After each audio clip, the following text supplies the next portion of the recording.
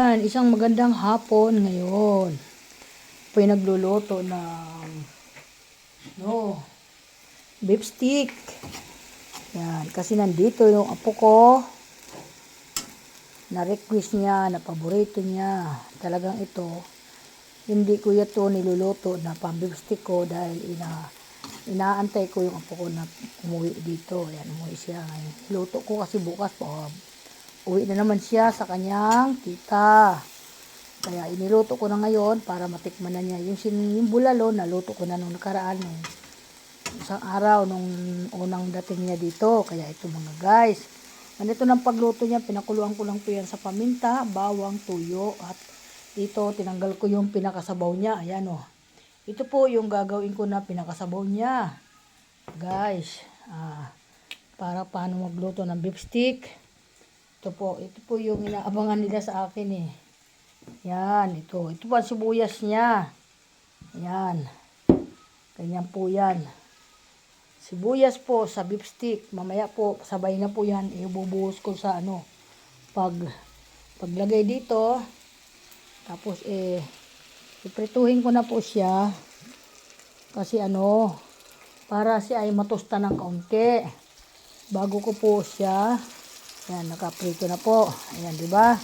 Ganyan lang po pagluto ng beef stick. Baboy man o para-pares lang po ang luto ko dito. Ayan, guys. So, welcome to my vlog. Magandang hapon ng lahat. At ngayon lang po ulit ako nakapag-vlog sa aking niluluto ngayong hapon. Ito na po yung aming hapunan.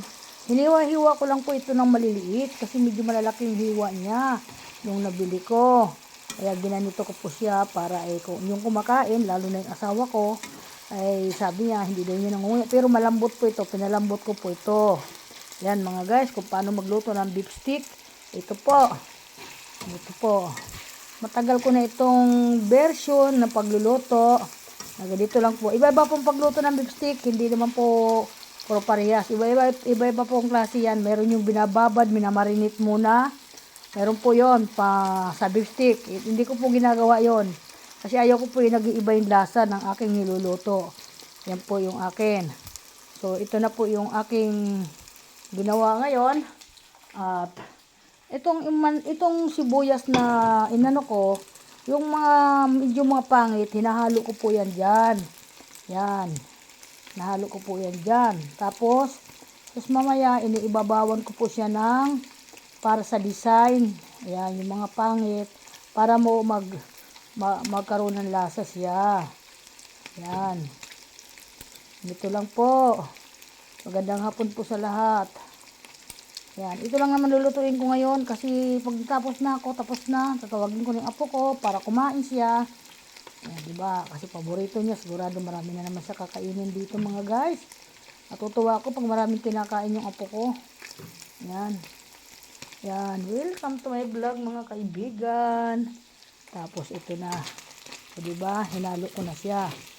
At hinaan natin ang apoy kasi napakalakas. Yan po. Ganun po ang aking.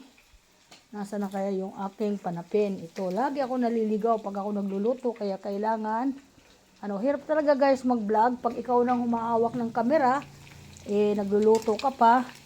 Yan, pinagagana mo lang yung kamay mo. Yan po, di ba? Kailangan mautak na lang po tayo dito kasi wala naman po sa atin tutulong dito sa atin pagbablog kung hindi tayo, kundi ako lang din naman. Ni bali na yung iba kaya magaganda ang kanilang vlog kasi may taga kamera sa kanila. Ako lang po lahat. Mula nung nag-umpisa ako dito sa pagko-content creator, ako lang po ang naghahawak ng aking diskarte. Ako lang po yan mga guys. Kaya okay po. Ito na po. Lalagay ko na po itong mga sibuyas. Ang sarap kasi ng beef stick kapag maraming sibuyas. Yan po. Yan po yung nagpapasarap sa beef stick. Yung maraming sibuyas mga guys. Yan o. Tingnan mo o. Diba? Tapos papakuloan ko lang po yan sandali ng mamaya. Yan po yan mga guys. O yan. Saka ako ilalagay mga guys. Itong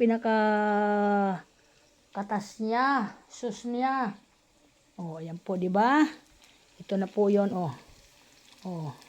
Mamaya pa init-initin ko muna kasi gusto ko yung nilalagay yung sauce, yung pumuputok-putok yung ano saka umano.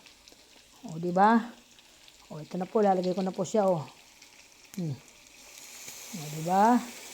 Yan na po, beef stick na po siya. Luto na po siya, mga guys. O, di ba? Tapos na po.